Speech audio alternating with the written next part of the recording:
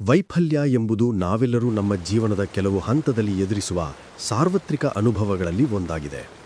ಇದು ಭಯಾನಕ, ಮುಜುಗರದ ಮತ್ತು ಕೆಲವೊಮ್ಮೆ ನೋವಿನ ಸಂಗತಿಯಾಗಿರಬಹುದು. ಆದರೆ ಇದು ನಮಗೆ ಅಮೂಲ್ಯವಾದ ಪಾಠಗಳನ್ನು ಕಲಿಸುವ ಮತ್ತು ನಾವು ಎಂದಿಗೂ ಸಾಧ್ಯವಿಲ್ಲ ಎಂದುಕೊಂಡ ರೀತಿಯಲ್ಲಿ ಬೆಳೆಯಲು ಸಹಾಯ ಮಾಡುವ ಜೀವನದ ಒಂದು ಭಾಗವೂ ಆಗಿದೆ. ವೈಫಲ್ಯದ ಸುತ್ತಲಿನ ದೊಡ್ಡ ಭಯಗಳಲ್ಲಿ ಒಂದು ಮೂರ್ಖರಂತೆ ಅಥವಾ ಅಸಮರ್ಥರಂತೆ ಕಾಣುವ ಭಯ. ನಾವು ಅಪಾಯವನ್ನು ತೆಗೆದುಕೊಂಡು ವಿಫಲವಾದರೆ ಜನರು ನಮ್ಮನ್ನು ನಿರ್ಣಯಿಸುತ್ತಾರೆ, ನಗುತ್ತಾರೆ ಅಥವಾ ನಮ್ಮ ಬಗ್ಗೆ ಕೀಳಾಡಿ ಯೋಚಿಸುತ್ತಾರೆ ಎಂದು ನಾವು ಚಿಂತಿಸುತ್ತೇವೆ. ಈ ಭಯವು ನಮ್ಮನ್ನು ನಿಶ್ಚಲಗೊಳಿಸಿ ಸುರಕ್ಷಿತವಾಗಿರಲು ಪ್ರೇರೇಪಿಸುತ್ತದೆ ಮತ್ತು ಬೆಳವಣಿಗೆ ಮತ್ತು ಯಶಸ್ಸಿಗೆ ಕಾರಣವಾಗುವ ಅವಕಾಶಗಳನ್ನು ಕಳೆದುಕೊಳ್ಳುವಂತೆ ಮಾಡುತ್ತದೆ. ಇನ್ನೊಂದು ತಪ್ಪು ಕಲ್ಪನೆ ಏನೆಂದರೆ ವೈಫಲ್ಯವು ನಮ್ಮ ವೈಯಕ್ತಿಕ ಯೋಗ್ಯತೆಯ ಪ್ರತಿಬಿಂಬ ಎಂದು. ನಾವು ನಮ್ಮ ಆತ್ಮಗೌರವವನ್ನು ನಮ್ಮ ಸಾಧನೆಗಳಿಗೆ ಜೋಡಿಸುತ್ತೇವೆ ಮತ್ತು ನಾವು ವಿಫಲವಾದಾಗ ನಾವು ಸಾಕಷ್ಟು ಉತ್ತಮವಾಗಿಲ್ಲ ಎಂದು ಭಾವಿಸುತ್ತೇವೆ. ಆದರೆ ಸತ್ಯವೇನೆಂದರೆ ವೈಫಲ್ಯವು ನಾವು ಯಾರೆಂಬುದನ್ನು ವ್ಯಾಖ್ಯಾನಿಸುವುದಿಲ್ಲ, ಅದು ಕೇವಲ ನಡೆಯುವ ಒಂದು ಘಟನೆ. ಅನೇಕ ಜನರು ವೈಫಲ್ಯವು ಒಂದು ಏಕಕಾಲಿಕ ಘಟನೆ, ಪ್ರಕ್ರಿಯೆಯಲ್ಲ ಎಂದು ನಂಬುತ್ತಾರೆ. ನಾವು ಒಮ್ಮೆ ಏನಾದರೂ ಪ್ರಯತ್ನಿಸುತ್ತೇವೆ ಮತ್ತು ಅದು ಕೆಲಸ ಮಾಡದಿದ್ದರೆ ನಾವು ಅಲ್ಲಿಗೆ ನಿಲ್ಲಿಸುತ್ತೇವೆ ಎಂದು ನಿರೀಕ್ಷಿಸುತ್ತೇವೆ.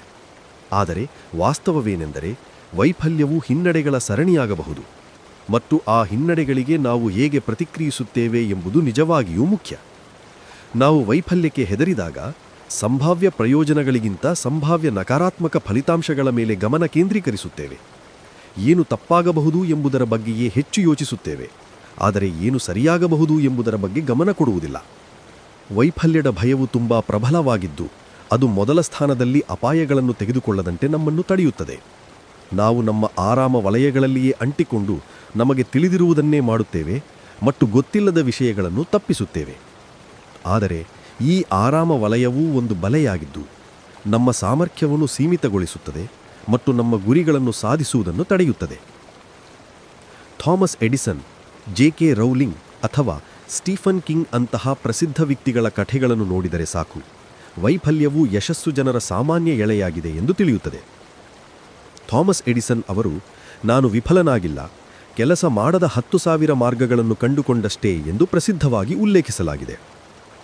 ಜೆ.ಕೆ. ರೌಲಿಂಗ್ ಅವರು ಹ್ಯಾರಿ ಪಾಟರ್ ಸೀರೀಸನ್ನು ಬರೆಯಲು ಪ್ರಾರಂಭಿಸಿದಾಗ ಕಲ್ಯಾಣ ಕಾರ್ಯಕ್ರಮದ ಮೇಲೆ ವಾಸಿಸದ ಒಂಟಿ ತಾಯಿಯಾಗಿದ್ದರು ಮತ್ತು ಸ್ಟೀಫನ್ ಕಿಂಗ್ನವರು ಕಾದಂಬರಿ ಕ್ಯಾರಿಯನ್ನು ಪ್ರಕಟಿಸಲು ಯಾರಾದರೂ ಒಪ್ಪುವುದಕ್ಕೂ ಮುನ್ನ 30 ಸಲ ತಿರಸ್ಕರಿಸಲ್ಪಟ್ಟರು.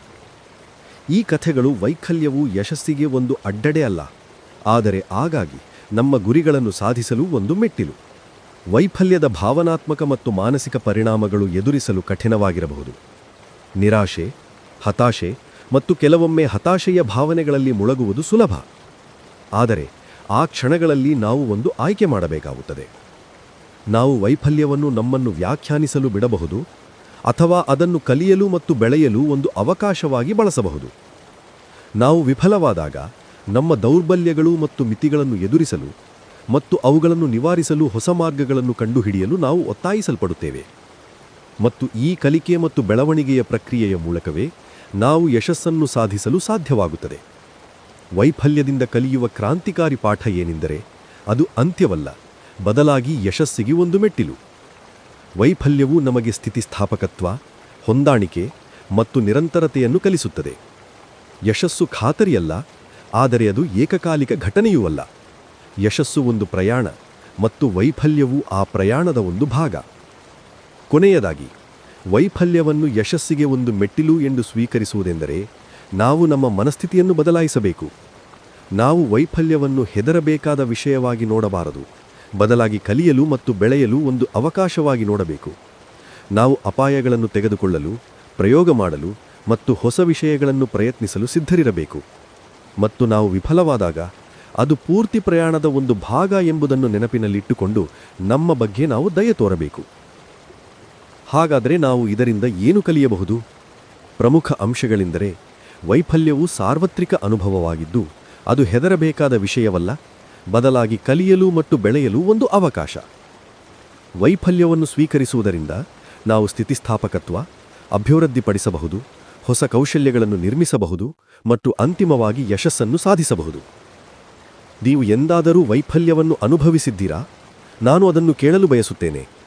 ನಿಮ್ಮ ಕಥೆಗಳನ್ನು ಕೆಳಗಿನ ಕಮೆಂಟ್ಸ್ಗಳಲ್ಲಿ ಹಂಚಿಕೊಳ್ಳಿ ಮತ್ತು ಪರಸ್ಪರ ಅನುಭವಗಳಿಂದ ಕಲಿಯೋಣ. ಮತ್ತು ಚಾಲೆಂಜ್ಗಳನ್ನು ಮೀರಿ ಮುನ್ನುಗ್ಗುವ ಬಗ್ಗೆ ಇನ್ನಷ್ಟು ವಿಡಿಯೋಗಳಿಗಾಗಿ ನೀವು ಹುಡುಕಾಟ ಮಾಡುತ್ತಿದ್ದರೆ ನಿಮ್ಮ ಮಿತಿಗಳನ್ನು ದಾಟಿ ಮುನ್ನುಗ್ಗುವ ನನ್ನ ಮುಂದಿನ ವಿಡಿಯೋವನ್ನು ನೋಡಲು ಮರಿಬೇಡಿ.